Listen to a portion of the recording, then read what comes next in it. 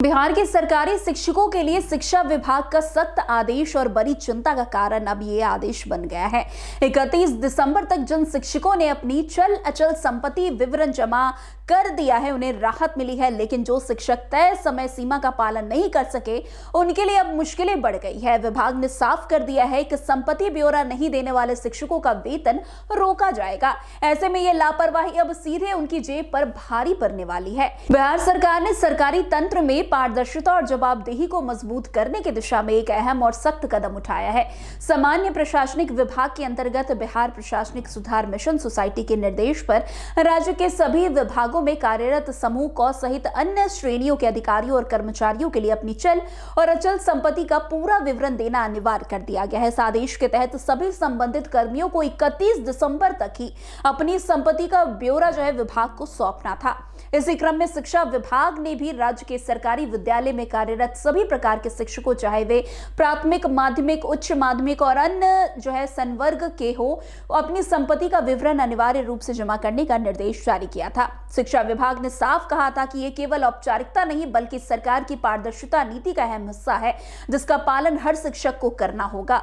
विभागीय निर्देशों के अनुसार शिक्षकों को न सिर्फ अपनी चल और अचल संपत्ति की जानकारी देनी थी, बल्कि उन सभी प्रकार का कर्ज, ऋण और अन्य वित्तीय दायित्व को भी स्पष्ट करना था जिनमें उनकी संपत्ति का जिक्र किया गया हो। चल संपत्ति में नगद राशि, बैंक खाते में जमा धन, सावधि जमा, वाहन, आभूषण, बीमा पॉलिसी आदि की जानकारी शामिल है। वहीं अचल संपत्ति के अंतर्गत जमीन, मकान, फ्लैट, अन्य किसी संपत्ति का पूरा विवरण देना अनिवार्य किया गया था।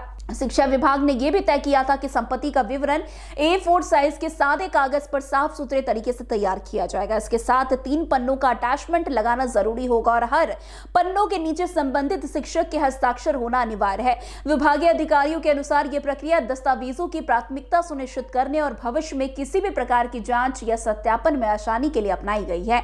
वैसे आपको बता दें, विभाग ने सख्त चेतावनी देते हुए स्पष्ट कर दिया था कि जिन शिक्षकों का संपत्ति विवरण समय पर प्राप्त होगा उन्हें ही जनवरी महीने का वेतन दिया जाएगा। जो शिक्षक तय समय सीमा यानी कि 31 दिसंबर तक अपना संपत्ति विवरण जमा नहीं कर पाए उनका जनवरी का पूरा वेतन रोक दिया जाएगा।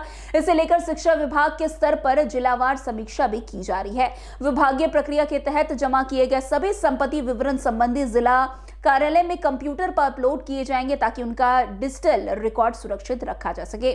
सरकार का मानना है कि इस कदम से न केवल सरकारी तंत्र में पारदर्शिता बढ़ेगी बल्कि कर्मचारी और अधिकारियों की जवाबदेही भी सुनिश्चित होगी। लेकिन इसके बावजूद भी जो शिक्षक 31 दिसंबर तक अपनी चल और अचल संपत्ति का विवरण देने में सक्षम नहीं हो पाए, उनकी अब पूरे जनवरी की पूरी सैलरी रोक दी जाएगी। यानी कि आने वाले समय में बिहार के सरकारी शिक्षकों का हाल बेहाल होने वाला है। आगे चलकर और भी कई सारे नियम और कानून बनते हुए भी नजर आएंगे। अब देखना दिलचस्प होगा कि किन किन शिक्षकों और कितने शिक्षकों का जनवरी में वेतन रोका जाता है।